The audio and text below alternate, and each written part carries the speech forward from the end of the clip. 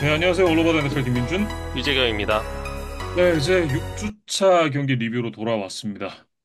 참, 새삼 좀 옛날 생각을 하게 되는 게, 그, 현재 이제 AFC의 순위표를 보면, 페이티어츠, 스틸러스, 콜츠, 차저스가 각 지구 선두를 달리고 있거든요. 물론 이제 시즌이 끝났을 때 이 순위가 계속해서 유지될 가능성이 높다라고는 생각은 안 하지만 이런 순위표가 굉장히 오랜만인 것 같아요. 좀 찾아보니까 네 팀이 모두 지구 우승을 했던 게 2007년이 마지막이더라고요.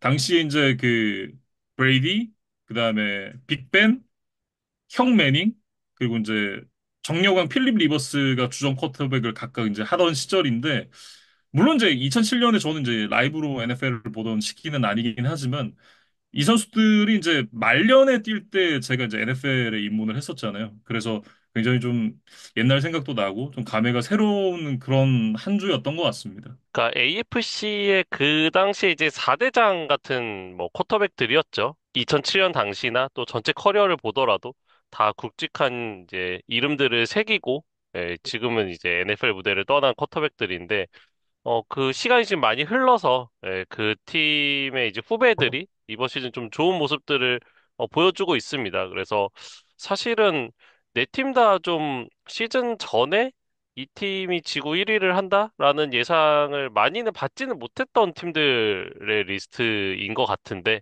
어쨌든 시즌 지금 뭐 중반을 향해 가고 있는 이 시점에서 이 팀들이 이제 선전을 하고 있다는 게 또 이 팬들에게는 재밌는 볼거리가 아닌가 싶습니다. 네.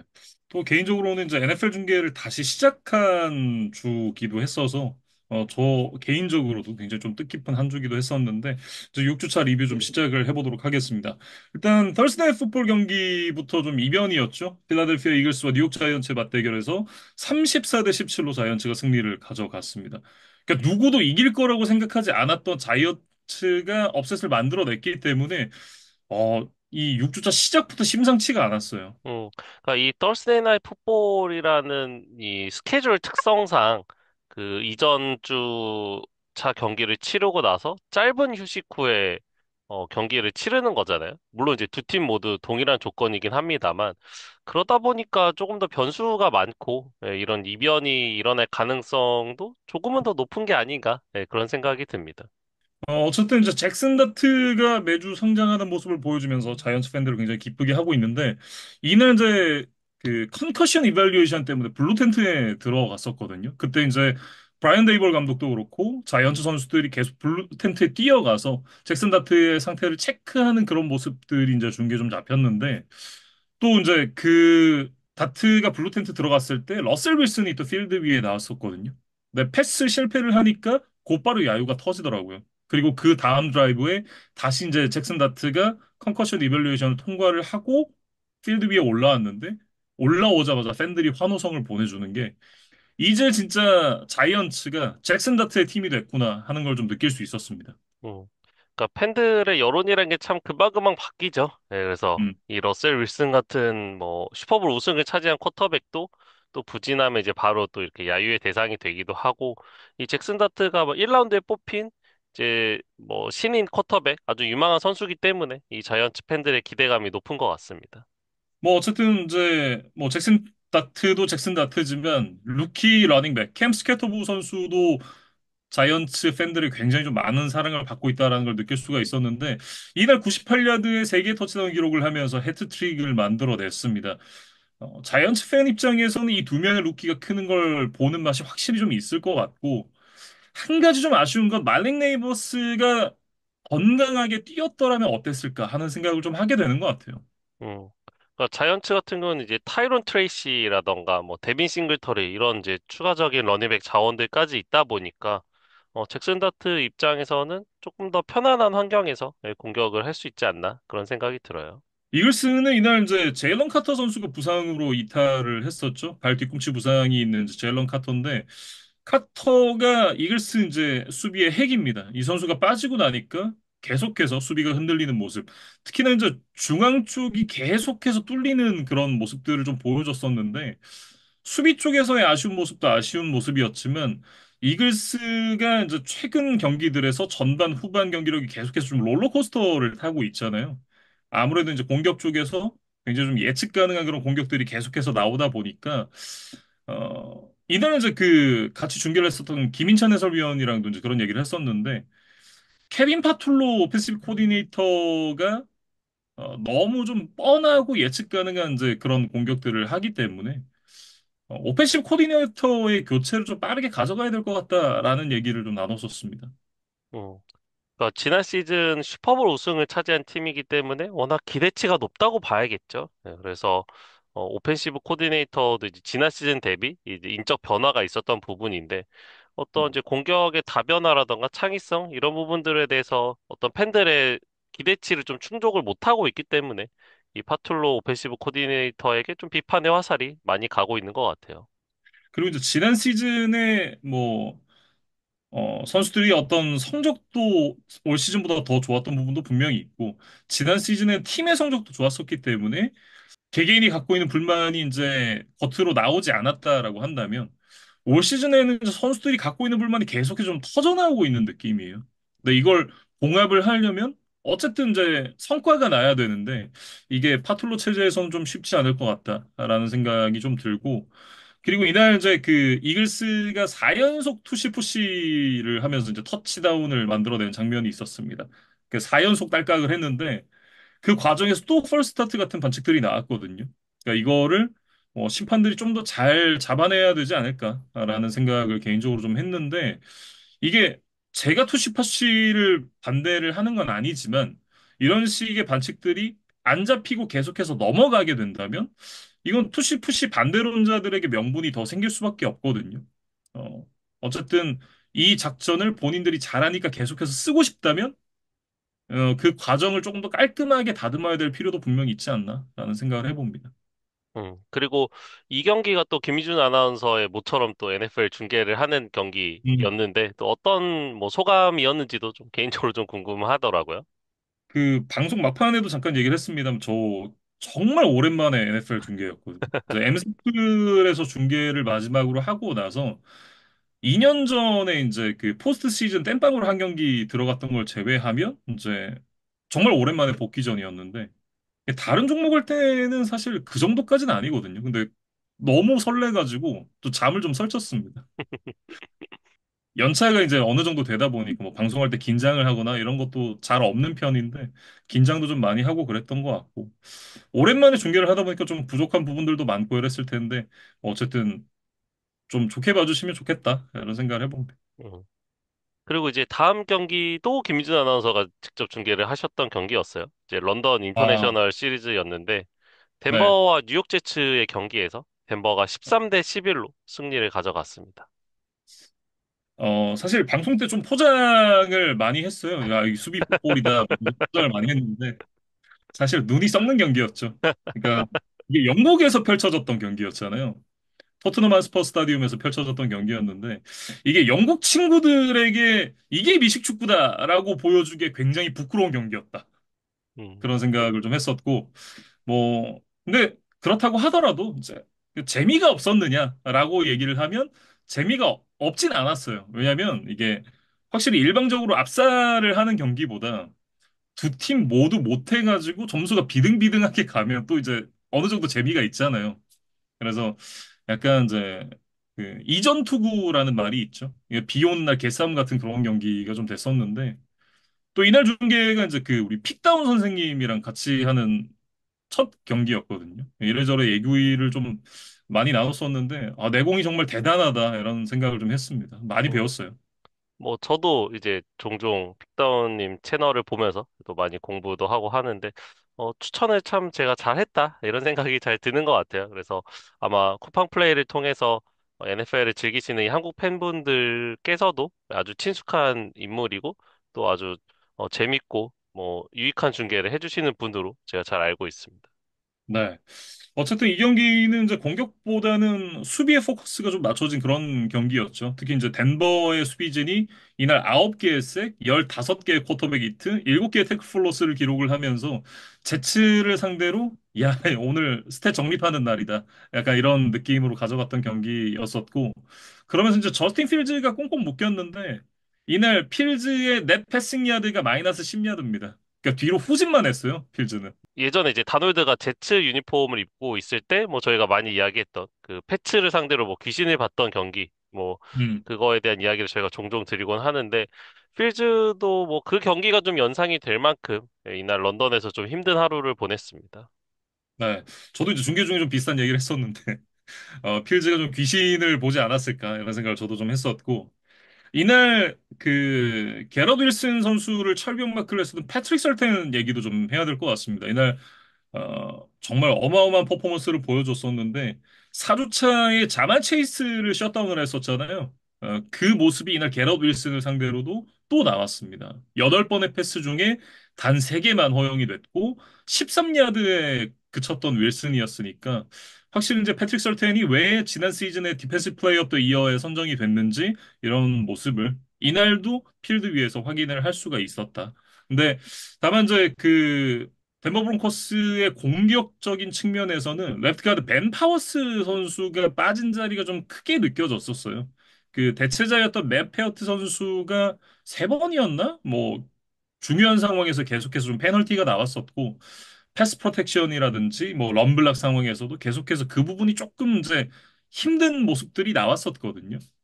어쨌든 벤 파워스의 공백이 좀 컸다. 이렇게 봤습니다. 음, 그리고 제츠는 이날 뭐 런던에서 치른 경기마저 이제 패배하면서 리그에서 유일하게 이제 전패를 이어가고 있습니다. 예, 그래서 음, 뭐 이날은 이제 수비라던가 스페셜 팀에서 뭐 좋은 모습이 나오면서 뭐 크게 대패를 하는 것까지는 아니었습니다만 결국에는 이제 승리를 가져가지 못했다는 게 좀 중요한 대목이고 결국에는 이제 음, 공격 파괴력에 대한 고민이 계속 있을 것 같아요. 네. 뭐 수비나 스페셜 팀은 말씀해 주셨던 대로 굉장히 좋았습니다. 수비가 이제 오프닝 드라이브부터 펌블을 유도를 하면서 필드골을 셋업을 했고 그다음에 런 디펜스 쪽에서도 이제 이날 경기 전까지 이제 평균 140야드를 기록을 하던 브론코스의 런 게임을 78야드로 묶었거든요. 그러니까 뭐 수비는 본인의 일을 다 해줬다라고 얘기를 해도 될 것 같고 스페셜 팀도 이제 이날 72야드짜리 킥오프 리턴을 만들어내면서 또 하나의 필드골을 셋업을 했거든요. 사실 공격진에서 만들어낸 득점은 뭐 거의 없었다라고 얘기를 해도 과언이 아닐 것 같고 공격 자체가 워낙 이제 퍼포먼스가 좋지를 못했습니다. 저스틴 필즈가 패스를 하는 걸 좀 겁내하는 느낌이었어요. 계속해서 좀 패스를 하는데 좀 어려움을 드러냈었고 공을 잡고 있는 시간이 길어지고 그러다 보니까 색도 많이 맞고 오픈이 된 리시버도 계속해서 좀 놓치고 이런 모습들이 나왔었는데 개인적으로는 타이로 테일러로 중간에 교체를 했다라면 제츠가 어쩌면 승리를 할 수도 있지 않았을까 이런 생각이 들 정도였거든요. 근데 경기 끝나고 나서 인터뷰에서 이제 에런 글렌 감독이 쿼터백을 바꿀 생각이 없다라는 걸 이제 은연중에 좀 드러냈습니다. 남은 일정들을 봤을 때 저스틴 필즈가 선발로 나와서는 이길 경기가 없지 않나? 그런 생각이 좀 들어요. 그리고 이제 다음 경기는 이제 애리조나와 인디애나폴리스 콜츠의 경기인데 31대 27로 콜츠가 승리를 가져갔습니다. 음. 콜츠가 정말 올 시즌 돌풍을 일으키면서 지구 선두로 또 달리고 있는데 제 애리조나 카니발스가 지난주에 뭐 치명적인 실수 그리고 뭐 어수선한 그 선수단 분위기 속에서 계속해서 좀 연패가 길어지고 있는 상황입니다. 거기다가 지금 카일러 머리 선수까지 부상으로 이날 결장을 하면서 결국 이제 콜츠를 이기기는 좀 역부족이지 않았나. 그런데 이제 사실 경기 전 예상치에 비해서는 애리조나 굉장히 좀 선전을 했다고 봐야겠어요. 이 백업 음, 쿼터백으로 나왔던 자코비 브리셋이 이제 콜츠에서도 몸을 담았기 때문에 어떻게 보면 자신의 친정팀을 상대한 그런 경기이기도 했는데 브리셋의 어떤 패싱력이 생각보다 녹슬지 않았다라는 걸 보여주면서 경기 시작부터 끝날 때까지 두 팀의 격차가 이제 투 포지션 이상으로 벌어진 적이 한순간도 없었습니다. 그러니까 그만큼 팽팽하게 이제 뭐 리드를 주고받는 네, 그런 뭐 접전 끝에 이제 경기가 막바지로 흘러갔는데 사실 경기 종료 58초 전에 애리조나가 이제 넉 점을 뒤지고 있었어요. 그래서 포스다운에 몰려 있긴 했습니다만 그 공격을 시작한 지점이 상대 진영 9야드 스팟이었기 때문에 사실 패스 한 방이면 승부를 뒤집고 뭐 그대로 경기를 끝낼 수도 있는 그런 상황이었거든요. 그래서 음, 여기서 이제 브리셋이 엔드존으로 이제 파고든 이 트레이 맥브라이드에게 이제 패스를 연결을 시켰는데 그것이 결국 캐치로 이어지지 않으면서 공격권이 이제 콜츠로 넘어갔고 이제 승패가 이제 그대로 굳어졌거든요. 근데 이제 음, 이 장면을 자세히 보면 이 콜츠의 이 맥브라이드를 맡고 있던 수비수가 이 맥브라이드를 거의 잡아 끌다시피 하면서 사실은 좀 뭐 디펜시브 패스 인터피런스 페널티가 나와야 되는 것이 아닌가라는 장면이 있었어요. 네, 하지만 음. 심판의 페널티는 불리지 않았고 맥브라이드는 이제 굉장히 좀 억울한 표정을 지었지만 뭐 승부는 이제 그대로 이제 끝이 나고 말았는데 글쎄요. 뭐 제가 객관적으로 봤을 때는 분명히 페널티가 좀 불렸어야 된다고 보여지거든요. 그래서 만약에 이제 선언이 됐다면 애리조나가 1야드 지점에서 퍼스트 앤 골 상황으로 이제 바뀌는 거기 때문에 물론 100%라는 건 없습니다만 아주 높은 가능성으로 역전 터치다운이 나왔을 것이고 물론 음. 콜츠가 뭐 한 50여 초에 이제 공격 시간을 가지고 마지막 공격을 했겠지만 사실 그 시간 가지고 또 추가적인 점수를 만들어낸다는 것이 그렇게 쉬운 것은 아니죠.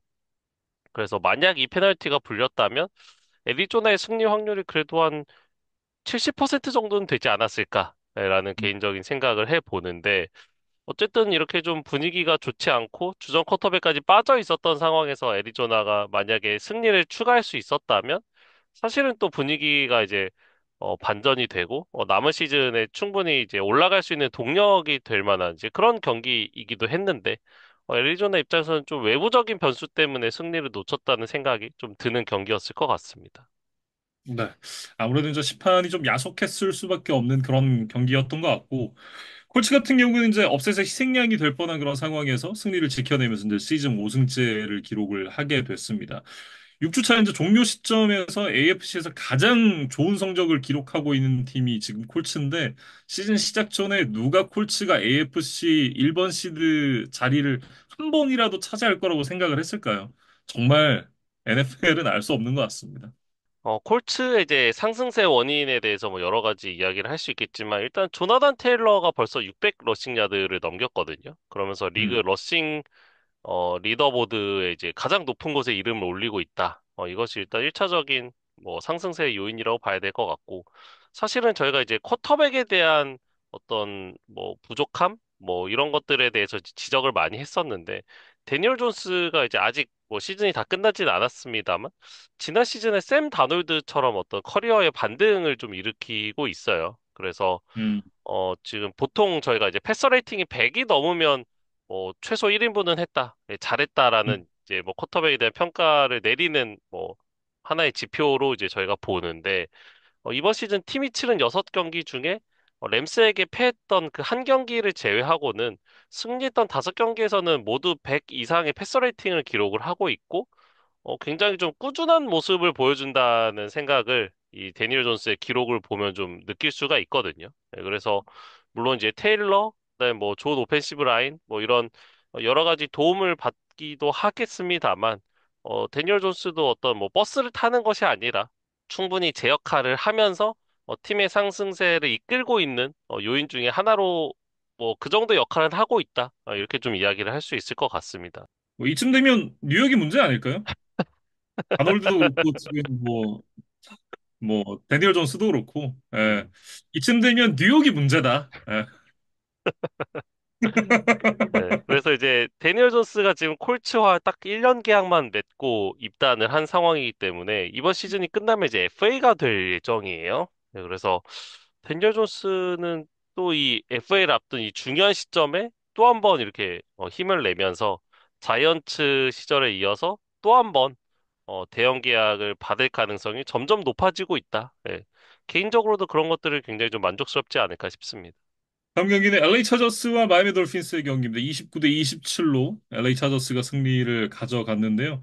4쿼터 막판에 이제 엎치락뒤치락하는 접전 끝에 결국 차저스가 돌핀스를 제압을 하고 연패 탈출에 성공을 했습니다. 사실 차저스가 4쿼터 초반까지만 하더라도 26대 13의 어떤 넉넉한 리드를 잡으면서 쉽게 승리를 거두는 것처럼 보였었거든요. 근데 이제 그때부터 이제 돌핀스의 맹추격이 이어졌고, 사실 경기 종료 이제 46초 전만 하더라도 데런 올러에게 역전 터치다운을 얻어 맞으면서 충격적인 역전패를 당할 위기에 빠지기도 했었어요. 네, 그런데 그 마지막 공격 기회에서 재역전에 성공을 하면서 승리를 가져갔습니다. 하지만 이제 그 마지막 공격 기회에서 킥오프 리터너 이 밀러 하인즈가 41야드 지점까지 전진을 하면서 유리한 필드 포지션을 세팅을 해줬고 마지막 희망에서 이제 저스틴 허버트가 상대 수비에게 태클을 당하는 와중에 또 바디 밸런스를 유지를 하면서 레드 맥콘키에게 패스를 연결을 했고 그 맥콘키의 좋은 야드 애프터 캐치 능력이 발휘되면서 단숨에 상대 레드존 안까지 들어갈 수가 있었습니다. 결국에 이제 캐메런 디커의 이제 끝내기 필드골로 이어지면서 차저스가 이제 지구 1위 자리를 지켜낼 수 있었는데 최근에 이제 3연승으로 시즌 출발했다가 이제 연패에 빠졌었던 차저스였잖아요. 근데, 음, 물론 이제 연패를 기록했다는 것도 좀 아쉬운 뭐 뉴스였겠지만, 주전 러닝백 나지 해리스가 아킬레스 부상으로 이제 시즌 아웃이 확정이 됐다. 그리고, 이번 드래프트 1라운드에 지명했었던 신인 러닝백, 오마리온 햄튼까지 발목 부상을 입으면서 지금 IR 리스트에 올라가 있는 상황이에요. 그러니까, 음. 차저스가 사실 이제 하바 감독이 온 이후에 러싱 공격이 이제 굉장히 힘을 주고 있는 팀 중에 하나인데, 뭐, 지난 시즌에 이제 뭐, 볼티모어 러닝백 듀오를 데려오기도 했었고, 근데 이제 그것이 또 성에 차지 않았다 보니까 이번 시즌에는 나지 해리스와 또 드래프트 1라운드 픽을 투자를 하면서 러싱 공격에 대한 어떤 비중을 상당히 높여왔거든요. 근데 이제 자신들이 생각했던 넘버 원, 투 러닝백이 모두 지금 부상으로 빠졌기 때문에 이 부분에 대해서 어떻게 해결을 할 수 있을까에 대한 좀 답이 잘 보이지는 않는 상황이었어요. 그런데 이날 이제 아무도 기대하지 않았던 이 키마니 바이델이라는 팀의 세 번째 러닝백이 맹활약을 하면서 새로운 대안이 되어줄 수도 있겠다라는 좀 희망, 가능성을 보여준 것이 이날 승리보다도 더 기쁜 소식이 아니었을까 싶습니다. 지난 시즌 6라운드에 뽑힌 2년차 러닝백 키마니 바이델 선수인데 지난 시즌 전체 러싱 야드가 155야드에 그쳤었고 이번 시즌도 4번의 러싱 시도 18야드에 그쳤었기 때문에 이날 바이델이 100야드를 넘길 거라고 예상할 사람은 아무도 없었을 거예요. 어쨌든 굉장히 대단한 퍼포먼스를 보여줬고 앞으로 이런 활약을 계속해 줄 수 있다라고 하면 추후 부상에서 돌아올 오마리온 햄튼과 함께 러닝백 원투펀치를 구성을 할 수 있지 않을까 이런 생각을 해봅니다. 음. 한편 마이애미 같은 경우는 이제 만약에 이날 극적인 역전승을 거뒀다면 좀 선수단 분위기를 끌어올리면서 연승에 대한 기대감을 좀 가져볼 수도 있었겠습니다만 결국에는 패했기 때문에 또 한 걸음 멀어졌고 어떤 팀 분위기도 더 다운되지 않았을까 그런 우려가 좀 드는 상황입니다. 데본 A체인, 뭐 제일런 와들 이런 선수들은 좋은 모습을 보여주긴 했습니다만 그 외의 선수들은 좀 지지부진한 모습이었고 투아도 이날 이제 3개 인터셉션을 던지면서 본인이 해줘야 될 몫을 제대로 해주지를 못했다라고 얘기를 해야 될 것 같은데 뭐 경기장 위에서의 퍼포먼스도 퍼포먼스입니다만 경기 끝나고 나서 인터뷰가 굉장히 좀 문제가 됐었죠. 투아가 경기 끝나고 나서 인터뷰에서 그런 얘기를 했습니다. 선수 미팅에 나오지 않는 선수들이 있다. 그리고 늦는 선수들도 있다. 뭐 이런 식으로 이제 얘기를 하면서 그 어떤 팀의 분위기가 지금 좋지 않다라는 걸 좀 공개적으로 좀 드러냈거든요. 팀의 프랜차이즈 쿼터백이 이런 얘기를 하는 건 굉장히 이례적입니다. 웬만해서 이제 안 좋은 일이 있다 그래도 이걸 이제 포장을 하거나 외부로는 드러내지 않는 케이스들이 대다수인데 이거를 공식 석상에서 이렇게 이제 좀 발표를 했다라는 게 좀 화제가 많이 됐었죠. 어, 마이크 맥다니엘 감독도 이 부분에 대해서는 프랜차이즈 쿼터백이 할 얘기는 아니다. 뭐 이런 식으로 이제 얘기를 했던 걸로 기억을 하는데 지금 이제 마이애미 돌핀스라는 팀이 얼마나 지금 분위기가 안 좋은지를 드러내는 단적인 예가 아닌가 그렇게 보여집니다. 그러니까 사실 이러한 이제 뭐 문제들을 뭐 해결하는 방법이 여러 가지가 있겠죠. 음. 어떤 이제 전체 미팅을 통해서 뭐 좀 서로의 또 솔직한 이야기들을 하면서 좀 뭐 팀이 하나로 되거나 아니면은 뭐 약간 이제 풋볼과 상관없는 뭐 일종의 액티비티 같은 것들을 같이 하면서 뭐 다시 분위기를 끌어올리는 방법도 있겠지만 일단 가장 쉬운 방법은 사실 승리를 쌓아가는 거거든요. 이제 승리를 음. 하면 뭐 누군가 뭐 억지로 텐션을 끌어올리지 않아도 팀 분위기라는 건 사실 자연스럽게 좀 좋아질 수 있는데 문제는 지금 마이애미가 승리를 추가할 만한 어떤 반등 요소를 찾기가 좀 어려워 보인다는 것 같습니다. 그래서 음. 이 마이애미의 추락이 좀 어디까지 흘러갈지 계속 좀 지켜봐야 될 것 같아요. 다음은 저희 뉴잉글랜드 페이트리어츠와 뉴올리언스 세인츠의 경기로 이어가겠습니다. 25대 19로 뉴잉글랜드 페이트리어츠가 승리를 가져갔는데 이날 이제 에이드리언 힐이 주심이었죠. 심판 판정이 개판이었다라는 얘기를 좀 하고 시작을 하고 싶은데 NFL을 보다 보면 경기 한두 개 오심 말고 오심으로 이제 범벅이 되는 경기가 시즌 중에 한 두세 번은 나오는 것 같은데 좀 이거보단 잘 볼 수 있지 않을까 하는 그런 이제 아쉬움이 생기는 경기들이 나오잖아요. 이날은 양쪽 모두에게 좀 석연치 않은 판정들이 좀 많이 나왔던 그런 경기였다라고 얘기를 해야 될 것 같고 하나하나 콕 집어서 얘기하기에는 너무 많았어서 어쨌든 오심으로 좀 범벅이 됐던 경기였다라고 얘기를 해야 될 것 같습니다. 아무튼 이제 드레이크 메이가 이날도 굉장히 좋은 퍼포먼스를 보여줬었죠. 261야드에 3개 터치다운, 32 러싱 야드를 기록하면서 좋은 모습을 보여줬는데 개인적으로는 디마리오 더글라스의 터치다운이 될 뻔했던 장면, 그리고 그 1쿼터 막판에 이제 그 포켓에서 패스러시에 쫓기고 있을 때 오른쪽에 있던 트레비언 앤더슨에게 레터럴로 패스를 연결하는 그런 플레이, 이런 플레이들을 봤을 때는 지금 드레이크 메이의 포켓 프레젠스가 굉장히 좋아졌다라는 걸 좀 느낄 수가 있었어요. 음. 거기다가 어떤 특정 리시버에 의존하지 않는다는 점도 굉장히 좀 만족스러웠습니다.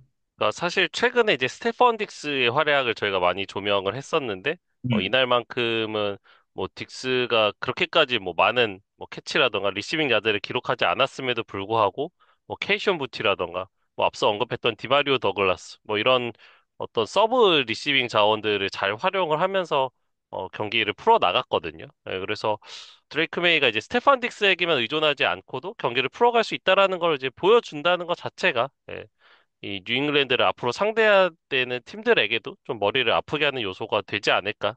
그런 생각을 해봅니다. 네. 저는 드레이크 메이가 이런 식으로 계속해서 좋은 모습을 보여준다라고 하면 페이트리어츠가 다시 우승 경쟁을 할 수 있는 팀이 어, 빠른 시일 내에 될 수도 있겠다라는 생각이 좀 들고요. 문제는 시즌 시작 전에 팀의 최고 강점이라고 생각했던 러싱이 뚜껑을 열어보니 리그 최하위라는 점이죠. 올 시즌 이제 대다수의 러싱 지표들이 리그 이제 최하위권에 내려와 있는데 이날도 73야드에 평균 2.4야드에 묶였습니다. 그러니까 메이가 지금 잘 하고는 있습니다만 2년 차기도 하고 매 경기 좋을 수만은 없잖아요. 그런 부분을 생각을 하면 러싱도 스텝업을 해줘야만 되는데 뭐 지금 수비도 어느 정도 기복은 있긴 합니다만 전반적으로 잘해주고 있고 러싱만 좀 더 올라와 준다라고 하면 플레이오프에 간다고 했을 때도 어느 정도는 좀 경쟁력 있는 경기력을 보여줄 수 있는 팀이 아닌가라는 생각을 해보거든요. 근데 지금 러싱은 좀 너무 심각하긴 합니다. 그러니까 패트리어츠가 이번 주에 승리를 거두고 이제 뒤이어 이야기하겠지만 먼데이나잇 풋볼에서 빌스가 이제 펠컨스에게 패하면서 두 팀이 지구 공동 선두에 이름을 올리고 있어요. 그래서 음, 글쎄요, 패트리어츠가 이런 이제 뭐 시즌 뭐 1주차, 2주차 이럴 때 말고 어느 정도 시즌이 좀 흘러온 시점에서 지구 1위의 이름을 올리고 있는 게 참 얼마만인지 뭐 좀 언뜻 생각이 나지 않을 정도로 정말 오랜만에 좀 좋은 성적으로 시즌을 출발을 하고 있습니다. 네. 지금 뭐 헤드 투 헤드에서 빌스에게 이겼기 때문에 사실상 이제 반경기를 앞서고 있는 음, 상황이거든요. 정말 오랜만에 지구 선두로 올라온 것 같다라는 느낌이고, 그리고 이제 그 지난 시즌에 패트리어츠가 딱 4승 기록을 했었잖아요. 근데 그 4승을 이미 첫 6경기 구간에서 달성을 했습니다. 올 시즌에 몇 승으로 마무리를 하게 될지가 벌써부터 굉장히 기대가 돼요. 음. 그러니까 지금 돌핀스와 제츠가 워낙 지금 분위기가 안 좋기 때문에 글쎄요, 패트리어츠가 뭐 드라마틱한 추락이 있지 않은 바에야 뭐 지구 최소 2위는 좀 확보를 하지 않을까? 그런 생각이 음, 들고 뭐 지구 우승을 설령 하지 못한다 하더라도 와일드카드 레이스에서도 충분히 경쟁력 있는 모습을 지금까지는 보여주고 있습니다. 네. 세인츠는 이날 패배로 이제 1승 5패를 기록을 하게 됐는데 세인츠가 패배를 하긴 했습니다만 이 패배가 스펜서 레틀러의 책임이라고 얘기하기는 저는 어렵다라고 생각을 하거든요. 이날 뭐 227야드에 20 러싱 야드 기록을 했고 패스 성공률도 굉장히 높았습니다. 심지어 이제 리시버진 쪽에서 몇 차례 드랍이 있었던 거를 감안을 하면 이 성적은 더 좋아질 수도 있었다라는 생각이 들고요. 물론 뭐 장기적인 관점에서는 뭐 타일러 쇼그 선수와 함께 계속해서 경쟁을 해야 되는 부분이 분명히 있겠습니다만 레틀러가 이런 경기력을 계속해서 보여줄 수 있다라고 한다면 당분간 주전 자리에서 내려올 일은 없을 것 같다. 이렇게 보여집니다. 레틀러가 사실 이제 과정으로는 좀 만족스러운 경기들이 나오고 있지만 결과적으로 이제 승리로 이어지는 확률이 좀 떨어지고 있거든요. 근데 뉴올리언스가 아직은 글쎄요, 뭐 이번 시즌에 당장 성적을 내야 되는 뭐 그런 어떤 분위기, 뭐 그런 프레셔를 받고 있는 상황은 아니기 때문에 레틀러는 일단은 내가 할 것만 하자라는 좀 마인드로 계속해서 좀 조금씩 발전을 해 나가면 어떨까 싶습니다. 다음 경기로 넘어가죠. 클리블랜드 브라운스와 피츠버그 스틸러스의 경기 23대 9로 피츠버그 스틸러스가 승리를 가져갔습니다. MVP 4번에 빛나는 그리고 슈퍼볼 우승을 한번 만들어냈었던 21년 차 경력의 쿼터백 애런 로저스 그리고 선발 두 번째 경기를 치르는 딜런 게브리얼의 쿼터백 맞대결이었는데 뭐 이 두 쿼터백의 어떤 업적 차이만큼 이 경기력도 굉장히 좀 많이 벌어진 그런 경기였다라고 얘기를 해야겠죠. 음, 로저스가 이제 필요한 순간마다 뭐 플리 패스라던가 어떤 기지를 발휘하면서 뭐 위기를 벗어나고 또 과감한 패스들을 통해서 이제 점수를 쌓아갔던 반면에 이 게브리얼은 인터셉션이 없기는 했습니다만 중요한 상황에서 이제 색을 6번이나 이제 허용을 했고 그러면서 이제 공격 템포를 좀 이어가지 못하는 모습들이 나왔습니다. 예, 그래서 저희가 지난주 이 게브리얼의 데뷔전에서도 말씀드렸습니다만 이 도전적인 패스 시도가 적다는 점은 이날도 좀 계속해서 나온 문제점이었다고 생각이 돼요. 예, 그래서 음, 이번 시즌 쿼터백들의 이 패스 시도당 전진 야드 기록을 살펴보면 이번 시즌 경기에 나선 총 35명의 쿼터백 중에 시애틀의 샘 다놀드가 9.6야드로 1위를 달리고 있고 이제 뭐 35명이니까 딱 중간으로 보면 이제 18위를 보면 놀랍게도 이제 패트릭 마홈스가 있습니다. 이 마홈스가 이제 음, 7.1야드인데 이에 비해서 이제 딜런 게브리얼은 물론 이제 두 경기밖에 치르지 않았습니다만 4.8야드를 기록하면서 지금 압도적인 꼴찌거든요. 그래서 바로 윗순위인 이 캠 워드의 5.5야드에 비해서도 꽤나 격차가 크다는 걸 알 수가 있어요. 그래서 음, 물론 뭐 게브리얼이 아직 너무 표본이 적고 뭐 아직 젊은 선수기 때문에 앞으로 어떤 식으로의 개선, 그다음에 이제 긍정적인 변화가 있을지는 뭐 저희가 지금 단계에서 예측하기는 좀 어렵습니다만 적어도 이제 지금까지 보여준 모습을 토대로 봤을 때는 생각보다 이제 고점, 어떤 포텐셜이 높지 않을 것 같다라는 생각이 좀 드는 것 같아요. 네. 이게 뭐 꼭 높다고 해서 좋은 것만은 아니거든요. 다만 이게 낮으면 좋을 확률이 높진 않죠. 어쨌든 이제 조금 더 NFL 무대에 적응을 해야 되는 건 맞다라는 생각이 들어요. 아직은 좀 적응이 시간이 더 필요한 모습을 좀 보여주고 있는 딜런 게브리얼 선수고 고점이 어디까지 갈지는 뭐 터져봐야 알겠습니다만 현재까지의 모습만 놓고 봤을 때는 말씀해 주셨던 대로 고점이 그렇게까지 높을 것 같지는 않은데? 라는 생각이 드는 건 사실인 것 같습니다. 음. 그리고 이제 현재 AFC 놀스 지구가 좀 무주공산인 상황에서 스틸러스가 음, 좀 시즌 초반에 이제 독주를 이어나가고 있습니다. 그러면서 이제 격차를 점점 벌려나가고 있는데 일단 이제 지구 라이벌 팀의 뭐 전력이 정상적이진 않습니다만 어쨌든 지구 라이벌 상대로 한 승리는 언제나 좀 값어치가 있다고 봐야겠죠. 뭐 나중에 이제 음. 타이브레이커나 이런 것까지 감안하면 뭐 1승 이상의 의미를 항상 가진다고 봐야 될 것 같고 이 로저스가 이제 브라운스의 강한 수비를 상대로 좋은 움직임, 뭐 반박자 빠른 판단 이런 것들을 통해서 한 개의 색도 허용하지 않으면서 안정적으로 경기를 끌어갔다. 이런 것들을 굉장히 좀 칭찬을 해줘야 될 것 같고 DK 메칼프도 이제 95 리시빙 야드에 한 개의 터치다운으로 힘을 보탰습니다.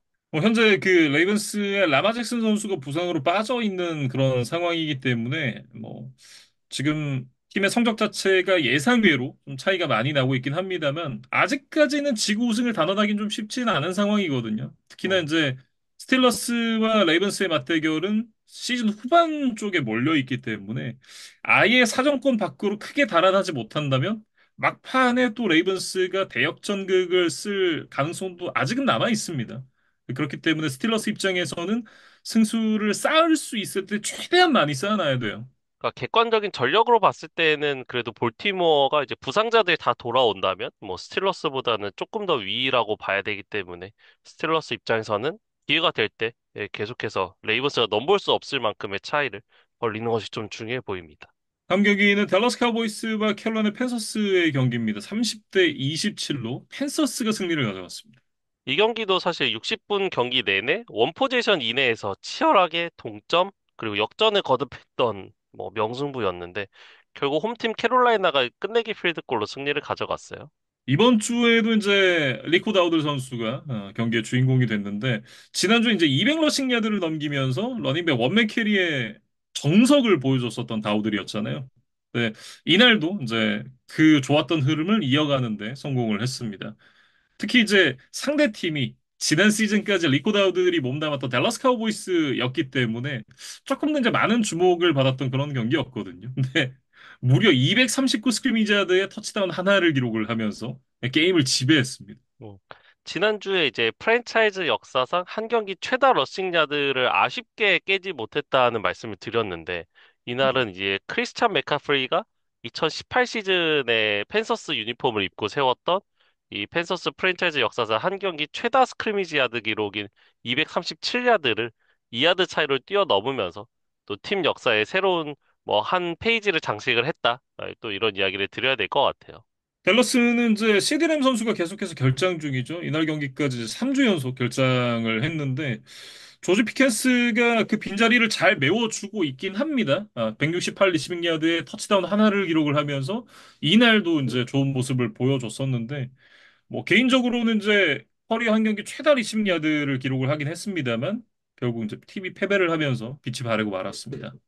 댈러스의 페이는 이제 결국에는 러싱 공격의 부재, 그다음에 이제 수비 쪽의 문제, 이 두 가지를 좀 이야기를 해야 될 것 같아요. 그래서 이미 넘버 투 러닝백이었던 이제 마일 샌더스가 시즌 아웃 부상을 당한 상황에서 사실은 이제 넘버 원 러닝백 자본테 윌리엄스는 뭐 그래도 1인분 정도를 해주고 있었는데 이날은 이제 러싱 시도당 2.2야드로 묶이면서 좀 부진했던 것이 이제 페인이었다고 봐야 될 것 같고 특히 이날 이제 상대 팀에서 자신들이 떠나보냈던 이 리코다우들의 활약을 보면서 이 영감님이 어떤 생각을 하셨을지 좀 궁금합니다. 다우들 보면서 사실 다우들에 대한 생각도 생각인데 저는 마이카 파슨스에 대한 생각을 조금 더 많이 하지 않았을까라는 생각이 들기는 해요. 그냥 음, 이제 댈러스 카우보이스의 수비가 또 이제 좀 아쉬운 모습을 보여줬기 때문에 특히 이제 그 시즌 전체로 놓고 봐도 지금 32개 팀 중에 경기당 평균 허용 야드 1위거든요.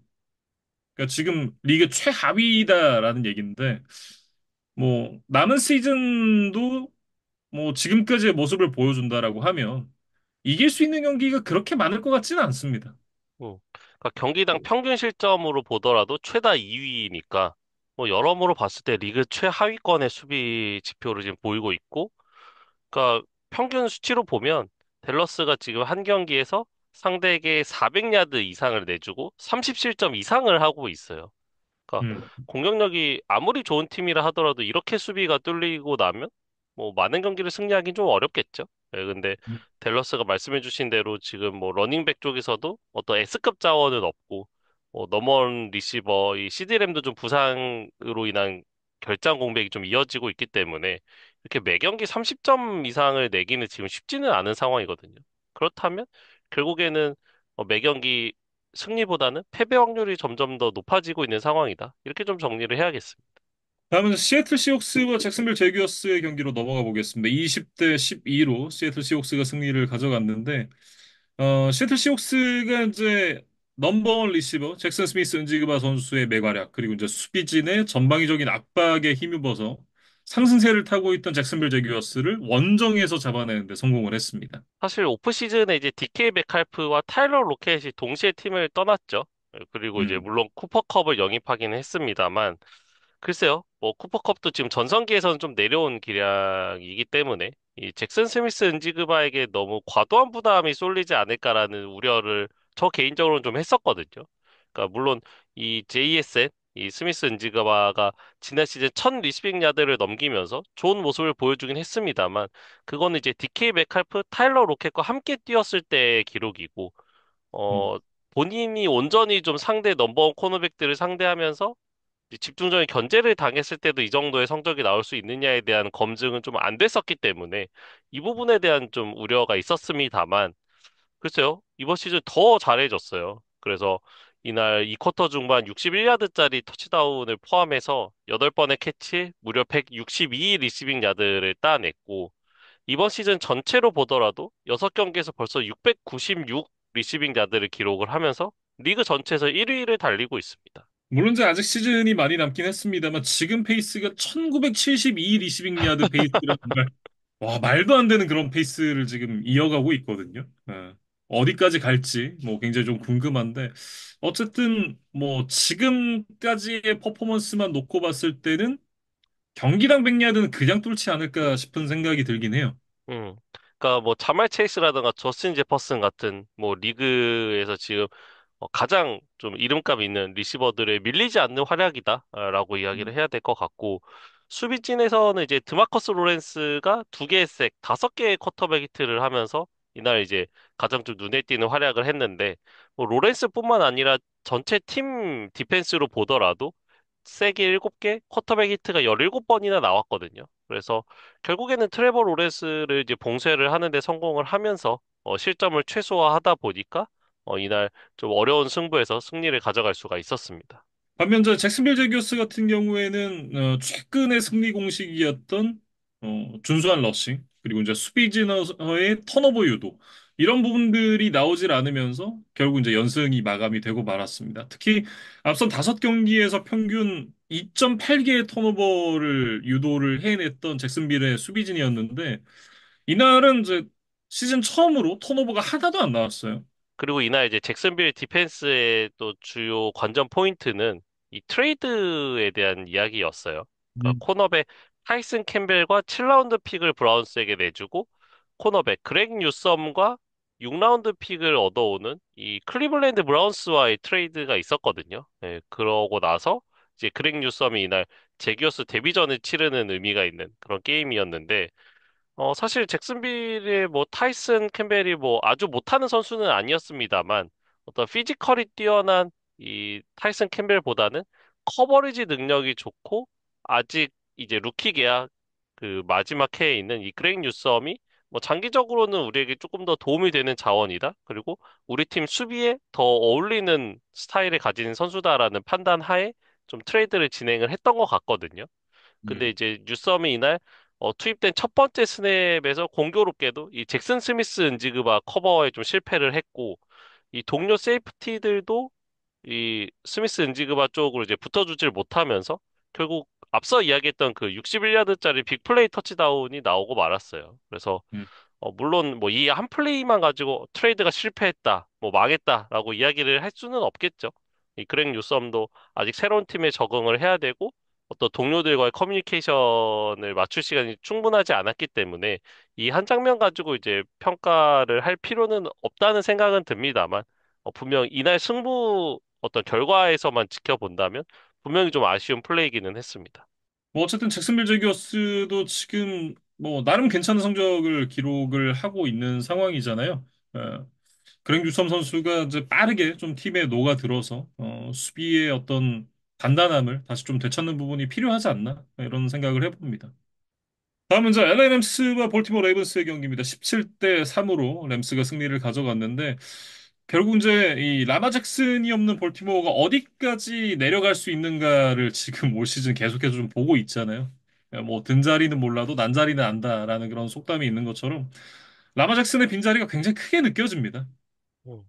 이날도 이제 3득점밖에 하지를 못하면서 1승 5패까지 지금 추락하고 있는 볼티모어인데 쿠퍼러시가 이날도 이제 선발 쿼터백으로 나왔습니다만 뭐 이렇다 할 모습을 보여주질 못했고 음, 결국 터치다운 패스 없이 인터셉션만 하나 던진 상황에서 4쿼터에 이제 타일러 헌틀리와 이제 교체가 되고 말았습니다. 음, 그래서 뭐 쿼터백 쪽 어떤 패싱 공격 쪽에서 이렇다 이제 해법이 나오질 않았고 뭐 그래도 다행인 점은 이제 지난 경기와 달리 러닝백 데릭 켄리가 이제 혼자서 122 러싱 야드를 기록을 하면서 이제 분전을 해줬다는 거는 좀 반가운 소식이기는 했습니다만 음. 결국에는 그런 이제 헨리의 노력도 득점으로는 좀 변환이 되지를 않았어요.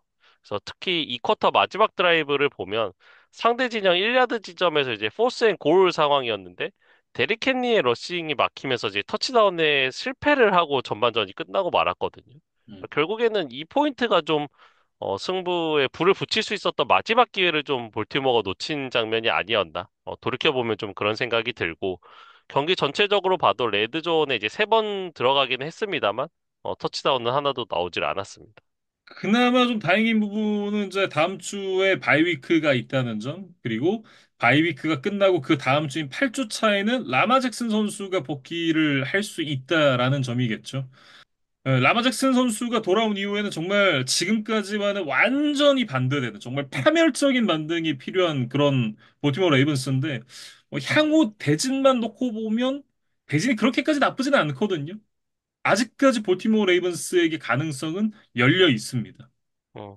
그리고 이제 램스 이야기를 해보면, 이 바이런 영, 그다음에 제러드 벌스, 이 수비 쪽에 이제 핵심 듀오가 3개의 색과 태클 포로스 5개, 쿼터백 히트 9개를 합작을 하면서 레이븐스의 이제 주요 핵심 공격진들을 이제 제어하는 데 성공을 했던 것이 이날 가장 큰 승리 요인이었어요. 그래서 수비진의 힘으로 또 승리를 추가했다 이렇게 좀 봐야 될 것 같은데 그에 비해서 공격에서는 좀 크게 눈에 띄는 선수가 없었거든요. 그리고 이제 램스 공격진에서의 어떤 의사결정에 대해서 이제 한 가지만 좀 피드백을 해보면 17대 3으로 앞서서 이제 4쿼터 초반 이 포스다운 상황에서 필드골 레인지 좀 넉넉한 이제 구역에 들어가 있었거든요. 근데 여기서 램스가 안전한 필드골 대신에 이제 터치다운을 시도를 했다가 실패를 하면서 그냥 추가 득점 없이 이제 공격권을 내주는 장면이 있었습니다. 그래서 글쎄요, 뭐 물론 상대의 주전 쿼터백이 빠져 있기 때문에 이 투 포지션 차이 정도면 충분하다라는 뭐 생각이 있었을 수도 있겠습니다만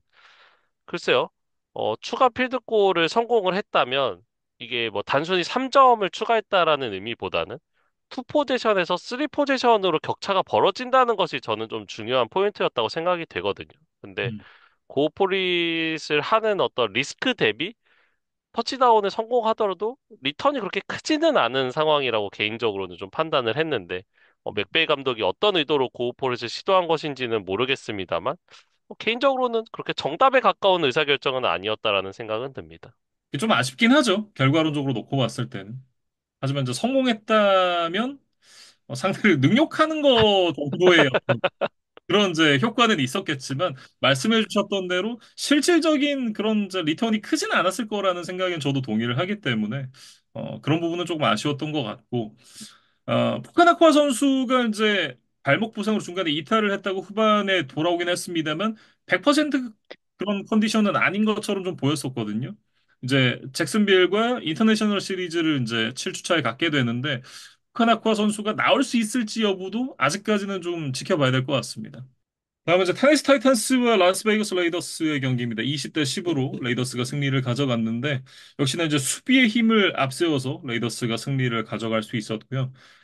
데빈 화이트 얘기를 좀 안 할 수가 없는 것 같습니다. 이날 9개의 컴바인 태클, 색 하나, 태클 폴로스 하나, 쿼터백 히트 하나, 인터셉션 하나, 패스 굴절 하나, 펌블 리도 하나씩을 기록을 하면서 팀의 승리를 견인을 했습니다.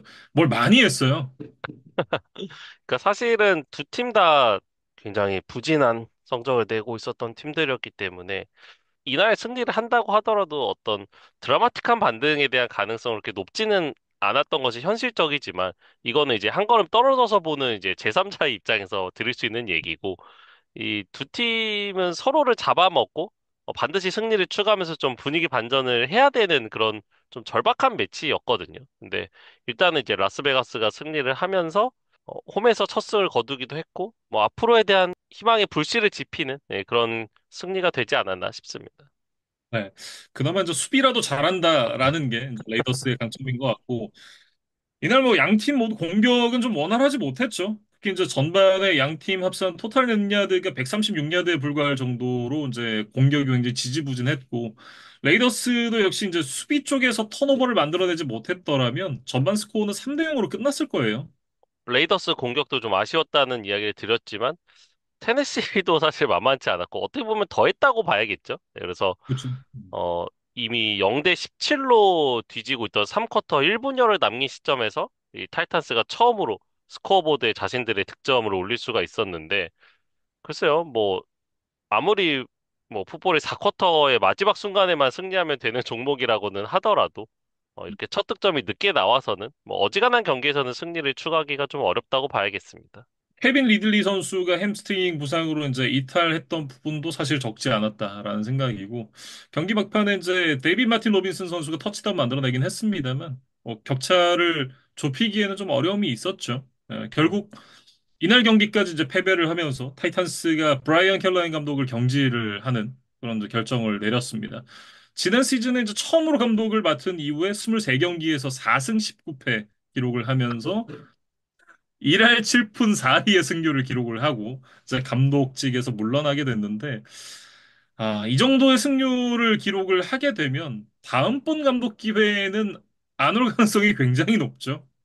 브라이언 켈란 감독 입장에서는 사실 쉬운 환경은 아니었습니다. 테네시의 전력이 워낙 약했기 때문에 뭐 좋은 성적을 내는 것 자체가 그렇게 쉽지는 않았습니다만 그래도 이할에 못 미치는 거는 또 다른 문제였기 때문에 좀 이른 시점에 이제 경질을 피하지 못했고 뭐 약간 운명의 장난이라고 해야 될까요? 사실 이 브라이언 켈란의 이제 아버지 빌 켈런 감독이 사실 레이더스 감독으로 이제 뭐 2002년에 슈퍼볼에 가기도 했고 뭐 명 감독으로 이름을 날렸던 것이 바로 이 레이더스 소속일 때였는데 공교롭게도 이제 아버지가 큰 기여를 했던 그 팀을 상대로 마지막 경기를 치르고 이제 경질을 당했다라는 것이 음. 아이러니한 또 스토리가 아니었나 그런 생각이 들어요.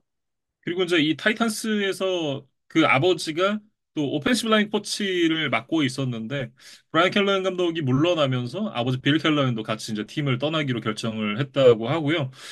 그리고 이제 그 빈자리를 시니어 오펜시브 어시스턴트 역할을 맡고 있었던 마이크 맥코이가 대행으로 들어오게 됐습니다. 마이크 맥코이는 여러분들도 이제 잘 아시겠지만 2013년부터 16년까지 차저세 감독을 역임한 바가 있는 그런 인물이고요. 이후에 이제 뭐 17년에 덴버 브론코스, 18년에 애리조나 카디널스에서 오펜시브 코디네이터 역할을 맡았다가 22년부터 24년까지 제규어스에서 또 쿼터백 코치를 했었거든요. 올해 이제 타이탄스로 넘어오게 됐는데 임시이긴 합니다만 어쨌든 10년 만에 감독 지붕을 잡게 됐습니다. 10년 만에 다시 한번 자신을 증명할 수 있는 그런 기회를 잡게 됐는데 어, 감독으로서의 통산 승률이 4할 2푼 1이니까 아주 좋은 성적은 아닙니다만 그래도 브라이언 켈러의 1할 7푼 4리보다는 2배 이상 높은 성적이긴 하거든요. 테네시 입장에서는 이제 어떤 식으로든 변화가 필요했고, 이 마이크 맥코이 감독이 그래도 오펜스 쪽에 이제 나름 전문성을 가지고 있는 인물이기 때문에, 캠 워드에 대한 어떤 육성 방향? 이런 것들을 좀, 맥코이가 원하는 식으로 한번 또 바꿔볼 수 있지 않을까라는 생각이 들어요. 예, 그런 것들이 또 얼마나 잘, 통하게 될지, 어떤 시너지를 낼 수 있을지, 좀 남은 시즌 지켜봐야 될 것 같습니다. 다음은 신시내티 뱅걸스와 그린베이 패커스의 경기입니다. 27대 18로 패커스가 승리를 가져갔는데요. 패커스가 지난주에 이제 바이위크를 가졌잖아요. 바이크에 돌아와서 승리를 거두는데 성공을 했습니다. 일단은 이제 조시 제이콥스가 93 리시빙 야드에 2개 터치다운, 그다음에 이제 리시빙 야드도 57 야드를 더하면서 150 스크리미지 야드로 이제 이날 공격을 좀 이끌었고, 저희가 이제 드래프트 때 아주 많은 환호성을 받으면서 이제 패커스에 입단하게 된 이 매튜 골든에 대한 이야기를 좀 드렸었는데, 사실 이날 전까지는 그렇게까지 필드 위에서 데뷔한 이후에 이렇게 존재감이 많이 보이지는 않았었거든요. 근데 이제 이날 단 3개 캐치에 그쳤지만 굉장히 좀 빅플레이들을 많이 만들어내면서 86야드를 전진을 했어요. 네, 그래서 매튜 골든도 좀 혀를 뚫은 경기였다. 네, 그래서 앞으로의 경기력을 좀 더 기대할 수 있게 하는 네, 그런 활약이 있었습니다. 근데 조시 제이콥스와 매튜 골든 정도를 제외하면 글쎄요, 뭐 전체적으로 패커스의 공격이 시즌 초반만큼 이렇게 유기적으로 잘 돌아갔다는 느낌이 드는 경기는 아니었던 것 같습니다. 그리고 이제 브랜드 맥메너스가 대퇴사 허드근 부상으로 인해서 이제 경기에 나서지를 못하는 상황이어서 루카스 하브리식 선수가 이제 경기에 나오게 됐는데 2개의 필드골을 깔끔하게 성공시키면서 이제 빈자리를 잘 메워줬고 뭐 패커스가 반등에 성공을 하긴 했습니다만 저는 이제 벵갈스랑 패커스의 체급차를 생각을 하면 더군다나 지금 조보로 선수가 빠져 있는 부분을 더 감안을 한다면 더 좀 찍어 눌렀어야 되는 경기인데 그러질 못했다라는 생각이 들고요. 확실히 이제 1, 2주차에 라이언스 그리고 이제 커맨더스를 상대로 승리를 거두면서 정말 그 리짓한 컨텐더 팀으로 보였던 패커스가 더 이상은 아니다. 어, 그 패커스와는 지금 좀 거리가 있다라는 생각이 들긴 합니다. 그러니까 약간 전체적으로 팀 컨디션 사이클이 좀 내려가 있다는 생각이 들어요. 근데 음, 뭐 패커스 입장에서 뭐 다행인 부분은 아직 뭐 시즌에 뭐 반환점도 돌지 않은 시점이기 때문에 뭐 분명히 자신들의 고점을 한번 보여줬고 지금 잠깐 내려가 있지만 충분히 이제 팀을 정비해서 올라갈 뭐 시간적인 여유는 충분하니까 어쨌든 플레이오프를 목표로 계속해서 좀 우상향하는, 다시 좀 폼을 회복하는, 그런 것들이 좀 중요하다고 봐야겠죠. 벤거스는 이제 이날 조 플라코 선수가 데뷔전을 치렀습니다. 전반전에는 좀 리듬을 찾는데 어려움을 겪는 모습들이 계속해서 나왔었는데 경기를 치르면 치를수록 이제 손발이 좀 맞아가는 모습들 그리고 이제 경기력이 살아나는 모습들을 보여줬습니다. 그러니까 트레이드가 되자마자 팀 동료들과 이제 손발 맞출 시간도 별로 없었고 이제 플레이복을 익힐 시간도 부족했었잖아요. 네. 근데 이 정도의 이제 퍼포먼스를 보여준다라는 게 역시 짬바가 어디 안 간다라는 생각이 좀 들었고 경기가 끝나고 나서 자말 체이스가 인터뷰에서 그런 얘기를 했습니다. 훈련 중에 같이 연습을 했던 스냅이 단 12개였다. 아, 근데 그 부분을 생각을 해보면 오히려 좋은 경기력을 보여줬다라고 얘기를 해야 될 것 같고 남은 시즌 동안 이제 조버로 선수가 돌아오기 전까지 후반전에 보여줬던 경기력을 계속해서 좀 보여줄 수 있다라고 한다면 아직은 벵갈스에게도 남은 기회가 충분히 있다라는 생각이 들고요. 일단 제이크 브라운이 선발로 나올 때보다는 훨씬 좋은 경기력을 보여줬습니다. 그래서 이제 시즌 중에, 쿼터백을 트레이드로 영입해서, 뭐, 또 이제 주전 쿼터백을 교체하는, 이제 나름의 극약 처방을 했는데, 뭐, 당장 이제 승리로 이어지진 않았습니다만, 어쨌든, 그 이전 대비, 분명히 개선된 모습을 보여줬다는 거는 좀 만족스러운 부분일 것 같고, 현재 이제 조보로가 12월 중순 정도를 목표로 이제 재활에 매진을 하고 있다는 뉴스가 나왔거든요. 그래서 조 플라코가 보로가 돌아올 때까지 얼마나 어떤 순위 경쟁 레이스에서 뒤처지지 않고 어떤 그 그룹 안에 좀 팀을 포함시켜 줄 수 있을지 이런 것들 좀 남은 시즌 지켜볼 만한 포인트가 아닌가 싶습니다. 뭐 남은 일정들을 고려를 해보면 반전 드라마를 제대로 한번 써볼 수도 있겠다라는 기대감을 좀 심어주는 후반전의 모습이었다. 이렇게 좀 정리를 해보겠습니다. 다음은 이제 샌프란시스코 49어스와 템파베이 버커니어스의 경기입니다. 30대 19로 벅스가 승리를 가져갔는데요. 이 경기 전까지 이제 4승 1패를 기록을 하고 있던 팀들끼리의 맞대결이었는데 템파베이 버커니어스가 승리를 거두면서 지금 현재 NFC에서 가장 높은 승률을 기록하고 있는 팀으로 올라갔습니다. 음. 템파베이에 합류한 이후에 점점 더 좋은 경기력을 보여주고 있는 베이커 메이필드인데 이날도 이제 턴오버 없이 256 패싱 야드에 두 개의 터치다운 패스를 성공을 시키면서 뭐 팀이 30득점을 하는데 이제 기여를 했고 홈팬들에게 이제 MVP 챈트를 받는 또 그런 재미있는 모습이 연출되기도 했었어요. 네. 이게 아무리 이제 홈팬들이 얘기를 하는 거라고 하지만 이게 MVP 찬트가 나온다라는 거는 이 선수가 리그 정상급의 활약을 펼치고 있다라는 얘기인 거잖아요. 아무리 우리 팀 선수라도 깜도 아닌데 MVP 찬트를 하진 않거든요.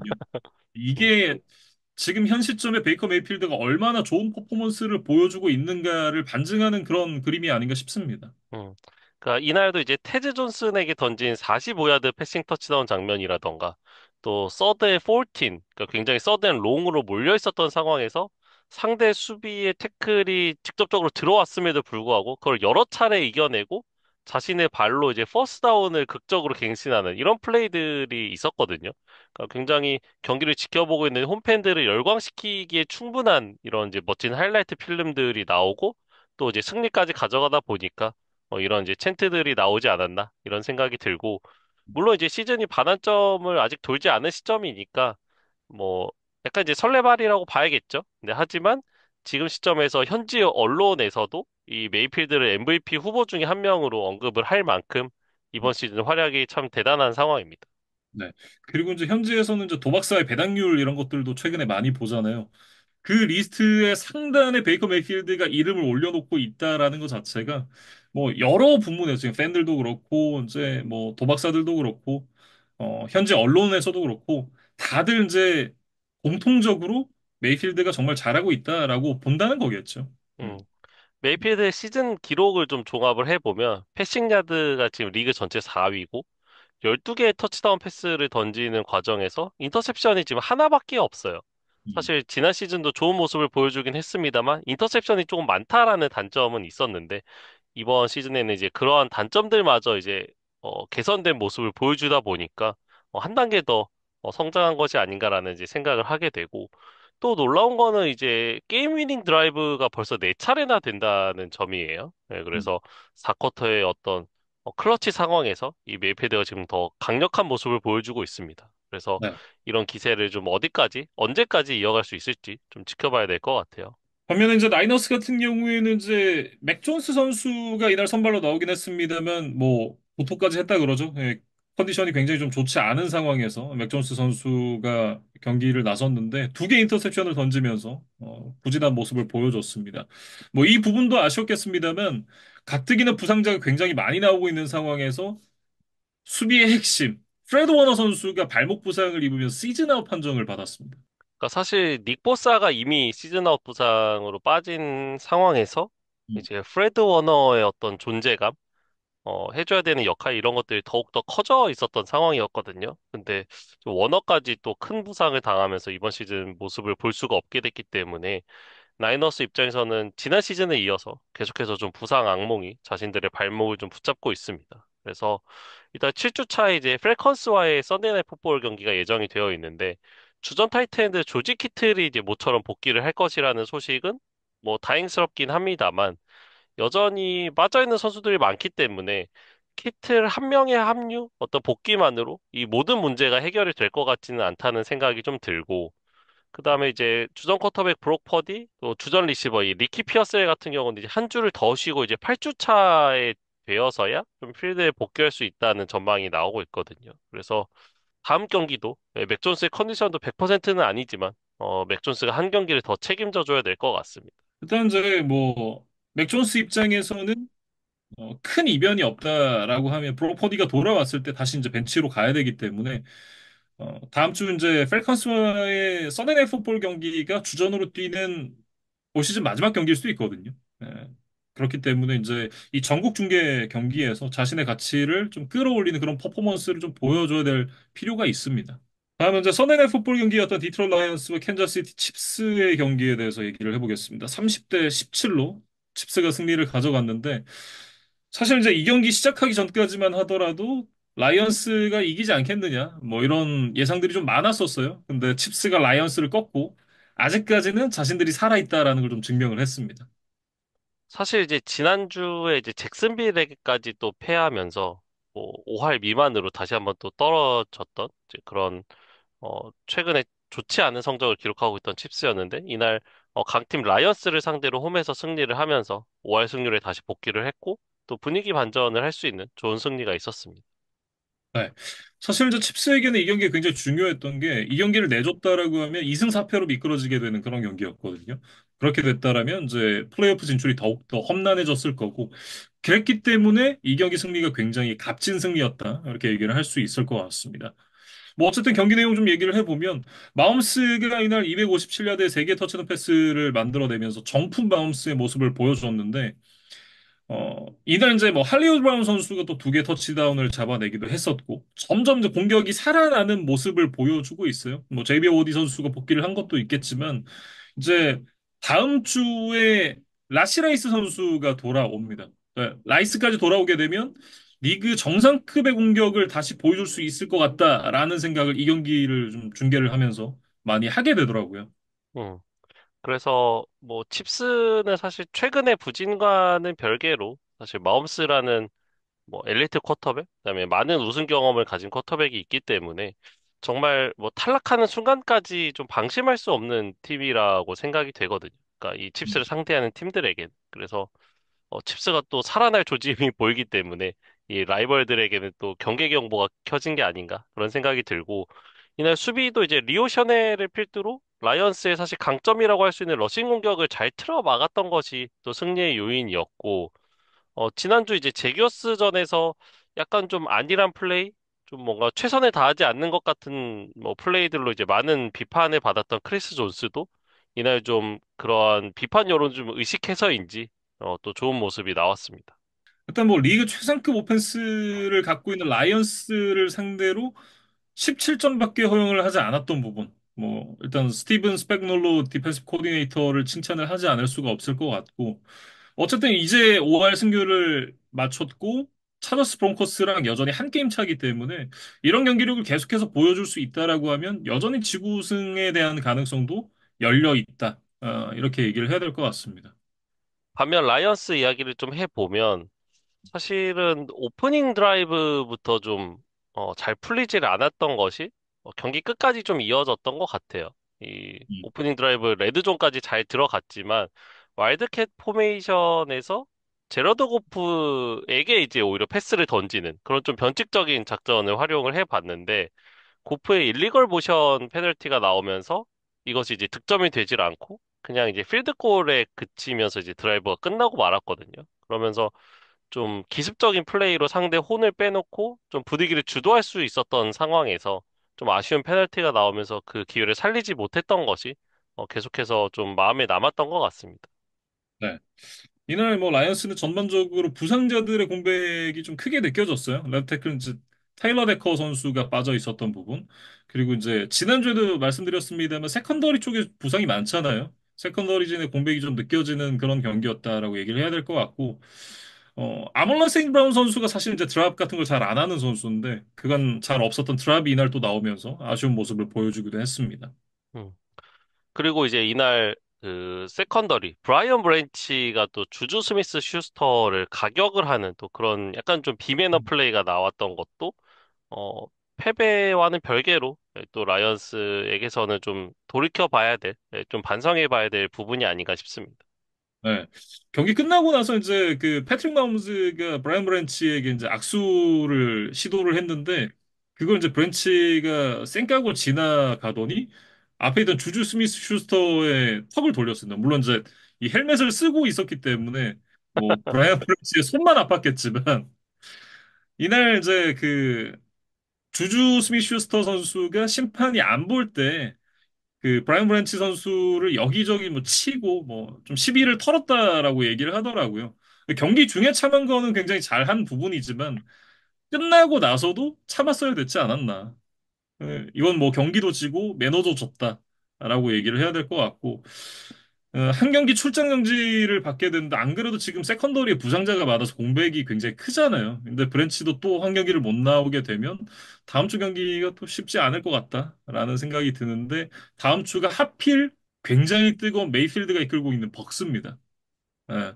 과연 저 벅스의 공격을 라이언스의 세컨더리가 지금 부상 공백이 많은 상태로 어떻게 막아낼 수 있을지 이 부분도 굉장히 좀 의문인데 뭐 어쨌든 전반적으로 이 경기를 보면서 들었던 생각은 이 전날 경기가 이제 그 런던에서 펼쳐졌던 인터내셔널 경기였기 때문에 눈이 정화가 되는 느낌이었다는 평을 좀 남기고 싶어요. 예. 확실히 강팀끼리의 맞대결이다 보니 준비도 양 팀이 굉장히 좀 많이 해서 나왔었고 플레이오프의 냄새가 난다라고 얘기를 해야 될까요? 그런 이제 오랜만에 플레이오프의 기운을 좀 물씬 느낄 수 있는 그런 경기였습니다. 다음은 이제 먼데이 나잇 풋볼 첫 번째 경기 버팔로 빌스와 애틀랜타 펠컨스의 경기입니다. 24대 14로 펠컨스가 승리를 가져갔는데 이 경기는 뭐 비잔 로빈슨을 위한 경기였습니다. 이날 뭐 비잔 로빈슨이 170 러싱 야드의 터치다운 하나, 6개의 캐치에 68야드를 기록을 하면서 238 스크리미지 야드로 커리어 하이 기록을 만들어냈고 그 중에 백미는 이제 81야드짜리 이제 터치다운이었습니다. 이날 빌스가 이제 마지막 드라이브 직전까지 기록했던 토탈 전진 야드가 비잔 로빈슨이 기록했던 스크리미지 야드보다도 오히려 적었거든요. 그러니까 그만큼 음. 비잔 로빈슨이 압도적인 퍼포먼스를 보여주면서 이날 뭐 경기를 지배했다 이렇게 이야기를 해야 될 것 같아요. 네. 이미 이제 경기당 평균 146 스크리미자드를 기록을 하고 있던 로빈슨인데 이날 경기에서 또 평균치를 확 끌어올렸고요. 현재 17경기에서 2794.8야드 페이스입니다. 이 부분은 이제 NFL 최고 기록이 2009년에 크리스 존슨이 타이탄스에서 세웠던 2509야드거든요. 그러니까 현역 중에는 또 크리스천 맥카프리의 2392야드가 현재 1위로 남아 있는데 뭐, 물론 아직 시즌이 많이 남았으니까 로빈슨이 어디까지 갈지는 알 수 없는 부분이긴 합니다만, 시즌 끝났을 때 기록이 얼마나 될지 벌써부터 궁금합니다. 일단 역대급 페이스라는 건 분명해요. 음. 그러니까 지금 스크리미지 야드 기준으로 이번 시즌 모든 NFL 선수들의 어떤 순위를 매겨보면 비잔 로빈슨이 유일하게 800야드를 돌파하면서 이제 전체 1위에 이름을 올리고 있고 뭐 크리스찬 맥카프리, 조나단 테일러, 뭐 잭슨 스미스 은지그바 뭐 이런 또 쟁쟁한 이름들이 이제 700야드대로 뒤를 따르고 있거든요. 그러니까 비잔 로빈슨이 그만큼 대단한 활약을 하고 있다. 이렇게 좀 보시면 되겠습니다. 네. 뭐 현재까지 퍼포먼스만 놓고 보면 쿼터백들 중에 압도적으로 치고 나가는 선수가 없는 그런 상황 속에서 MVP 후보로도 손색이 없지 않나라는 생각을 개인적으로 좀 갖고 있습니다. 음. 그리고 이제 비잔 로빈슨에 약간 이제 가려져 있기는 하지만 드레이크 런던도 이제 10번의 캐치, 158 리시빙 야드, 1개의 터치다운을 기록을 하면서 둘이 합쳐서 거의 400야드를 전진을 했거든요. 네, 그러니까 필컨스가 이 젊은 어떤 스킬 플레이어진들의 재능이 참 대단하다는 생각이 듭니다. 펠컨스 수비 역시도 좋은 역할을 해줬습니다. 4개의 색, 6번의 쿼터백 히트, 2개의 인터셉션을 기록을 하면서 앨런을 굉장히 많이 괴롭혔었는데 특히 이제 경기를 마무리하는 인터셉션이 또 결정적인 역할을 했죠. 제체 디펜시브 코디네이터 그리고 이제 임시 감독으로 조시 앨런과 4년 동안 맞붙었었던 디펜시브 코디네이터 제프 릭의 경험이 애틀랜타 수비에게 좀 큰 도움이 되지 않았나라는 생각도 좀 들고요. 음. 그리고 이제 빌스 이야기로 넘어가 보면 이날도 이제 페널티로 고생을 좀 많이 했습니다. 8번의 페널티, 나왔고 특히 이 펠컨스의 오프닝 드라이브 첫 번째 플레이에서 이제 펌블을 유도를 하면서 공격권을 시작하자마자 이제 탈취할 수 있었던 기회가 있었는데 그렉 로스의 오프사이드 반칙이 선언이 되면서 이게 무효가 됐어요. 그리고 이제 결국 공격권을 뺏어오지 못한 것이 상대 터치다운으로 이제 이어졌었거든요. 그래서 지난 이제 패트리어츠와의 경기도 그렇고 계속해서 지금 최근에 좀 페널티 때문에 고생을 하고 있는 빌스의 모습입니다. 이런 부분은 이제 반드시 좀 개선이 필요하죠. 패티어츠 팬 입장에서는 개선이 안 되는 게 좀 좋은 것 같긴 한데 아무튼 이제 끌려가는 상황 속에서 이게 한 방으로 경기를 뒤집을 수 있는 이 딥스트레스의 필요성이 좀 잘 드러났던 경기가 아닌가라는 생각을 해요. 이 트레이드 데드라인이 지금 점점 더 다가오고 있는 이 시점에서 이 부분에 대한 보강이 있지 않으면 저는 올해도 대권 도전은 쉽지 않을 거라는 생각을 합니다. 뭐 불행 중 다행인 것은 이제 7주 차에 이제 바이위크를 갖게 된다는 점이에요. 그래서 지금 전체적으로 팀 사이클이 좀 내려가 있는 상황에서 휴식을 갖는다는 거는 분명히 빌스에겐 좀 반가운 소식일 것 같고, 휴식을 취하면서 어떻게 좀 문제점을 해결하고, 예를 들면 정말 외부의 영입이 필요하다면, 그런 것들을 또 알아볼 수 있는 시간을 또 벌게 된 거니까, 이 시간들을 얼마나 소중하게 잘 활용할 수 있을지, 8주 차에 빌스가 돌아왔을 때 경기력으로 이제 확인을 좀 해봐야 될 것 같습니다. 이제 마지막 경기죠. 먼데이 나잇 풋볼 두 번째 경기 시카고 베어스와 워싱턴 커맨더스의 경기입니다. 25대 24로 베어스가 승리를 가져갔습니다. 이번 주가 이제 이변으로 시작을 했었잖아요. 이글스와 자이언츠의 경기에서 자이언츠가 승리를 거뒀다라고 이제 말씀을 드렸었는데 사실 이 경기도 업셋이 나오면서 마무리가 됐습니다. 완벽한 수미 상관을 이뤘었던 이번 6주 차였어요. 그러니까 전체적으로 보면 이 나이트 게임이 전부 다 업셋이었다고 해도 과언이 아닌 것 같습니다. 그러니까 말씀해주신 두 경기 외에도 라이언스와 칩스도 지금 시점에서 라이언스가 약간 정배였다고 보여지고 네. 빌스와 펠컨스의 경기도 그래도 이제 빌스의 우세를 점친 사람들이 더 많았을 것 같거든요. 근데 음. 이 네 경기 모두 약간 역배로 이제 취급을 받던 팀들이 승리를 거두는 그런 이제 공통점이 있었던 6주차였던 것 같습니다. 어쨌든 캘러 윌리엄스와 제이든 데니얼스 지난 시즌 드래프트 전체 1순위 그리고 2순위 쿼터백들의 맞대결이었습니다. 이 두 선수의 이제 커리어 두 번째 맞대결이었는데 작년 이제 8주 차에 첫 맞대결이 있었죠. 그때 당시 이제 제이든 데니얼스의 워싱턴 커맨더스가 18대 15로 승리를 거뒀었는데 이번 시즌 맞대결에서는 캘러 윌리엄스의 시카고 베어스가 한 점 차 짜릿한 승리를 가져가는 데 성공을 했습니다. 음. 경기의 흐름을 이제 크게 세 파트로 봐야 될 것 같아요. 첫 번째는 베어스가 차곡차곡 경기 초반에 점수를 쌓아간 반면에 워싱턴은 인터셉션과 펌블 턴오버로 경기를 시작을 하면서 베어스가 13대 0까지 앞서 나갔던. 그 부분이 이제 파트 1이라고 봐야 될 것 같고, 그 이후부터 이제 워싱턴이 좀 정신을 차리면서 이제 본격적인 투격에 나서거든요. 그래서 4쿼터에 이 다론 페인의 결정적인 필드골 블락에 이은 제걸츠의 역전 터치다운이 나오면서 워싱턴이 24대 16으로 역전을 했던 시점까지가 이제 파트 2라고 이제 보면 될 것 같고, 이제 마지막 파트 3가 이제 베어스의 재역전 과정이라고 봐야겠어요. 그래서 DJ 무어가 두 명의 수비수의 어그로를 끄는 사이에 디안드레 스위프트에게 이제 공간이 열렸고 55야드짜리 추격 터치다운을 만들어냈던 장면에 더해서 경기 종료 3분 전에 제이든 데니얼스가 이제 러닝백에게 공을 넘겨주는 과정에서 자신의 커리어 첫 번째 펌블 턴오버가 나오는 좀 예상치 못한 변수가 발생을 했고 그거를 이어받은 베어스가 결국 끝내기 필드골을 성공을 시키면서 최종적인 승리를 가져갔던 그런 경기 내용이 있었습니다. 베어스 같은 경우에는 이제 디안드레 스위프트가 이날 이제 양팀 선수 합쳐서 가장 많은 러싱 야드와 가장 많은 리시빙 야드를 기록을 하면서 팀의 승리의 1등 공신이 됐는데 총 175 스크리미지 야드에 터치다운 하나를 기록을 하면서 또 팀에게 승리를 안겨줬고 특히 이제 상대가 3개의 턴오버를 범했을 때마다 매번 이제 이어받았던 공격에서 득점을 추가를 하면서 모멘텀을 좀 잘 이어갔던 부분이 그 베어스 승리의 요인이 아니었나 싶습니다. 그러면서 이제 개막 2연패로 시즌을 출발했지만 3연승을 거두면서 지구 내 순위 경쟁 레이스에 지금 합류를 했거든요. 이것이 일단 베어스에겐 좀 고무적인 소식이 아닌가 싶습니다. 올 시즌에 이제 NFC 북부 지구가 얼마나 그 불수능인지를 좀 알 수 있는 게 지금 베어스가 3승 2패 기록을 하면서 5할을 넘긴 승률을 기록을 하고 있는데 지구 최하위입니다. 제가 지구에 있는 네 팀이 모두 이제 5할 승률을 넘기고 있기 때문에 정말 시즌이 끝났을 때 어떤 팀이 지구 우승을 하게 될지도 굉장히 좀 궁금해지는 그런 지구입니다. 그리고 이제 많은 팀들이 또 와일드카드로 합류를 할 수도 있다라는 생각이 들고 워싱턴 이야기로 넘어가보면 사실 4쿼터 막판에 나왔던 이 데니얼스의 턴오버가 가장 결정적인 실책이었죠. 그래서 이날 경기가 열렸던 워싱턴 지역에 이제 비가 내리는 어떤 그라운드 컨디션의 변수도 분명히 영향을 좀 미쳤던 것으로 보입니다.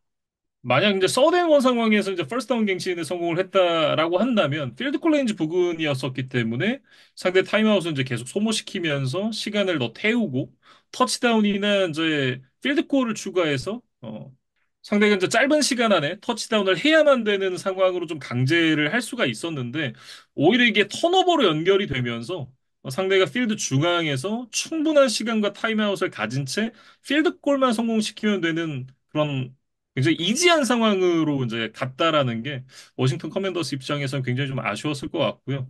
전체 1번 픽과 전체 2번 픽 쿼터백 간의 맞대결이 1승 1패씩을 이제 주고받았잖아요.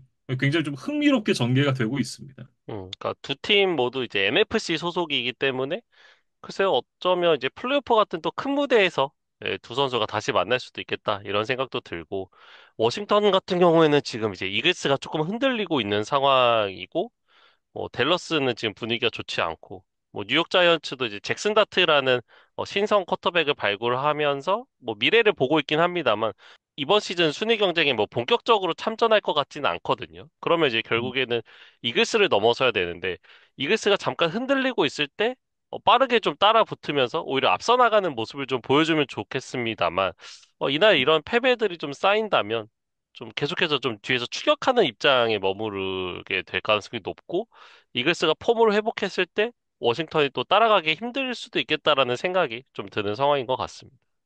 네. 이렇게 이제 6주차에 펼쳐졌던 경기들 모두 리뷰를 해봤습니다.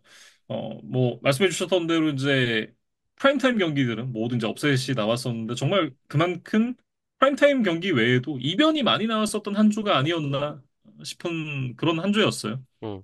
그러니까 저희가 오프 시즌 리뷰를 모든 팀을 다 하고 저희 나름의 어떤 순위 예상이라던가 이런 것들을 다 해드리긴 합니다만 정말 실전에 들어가면 정말 다양한 변수들이 있잖아요.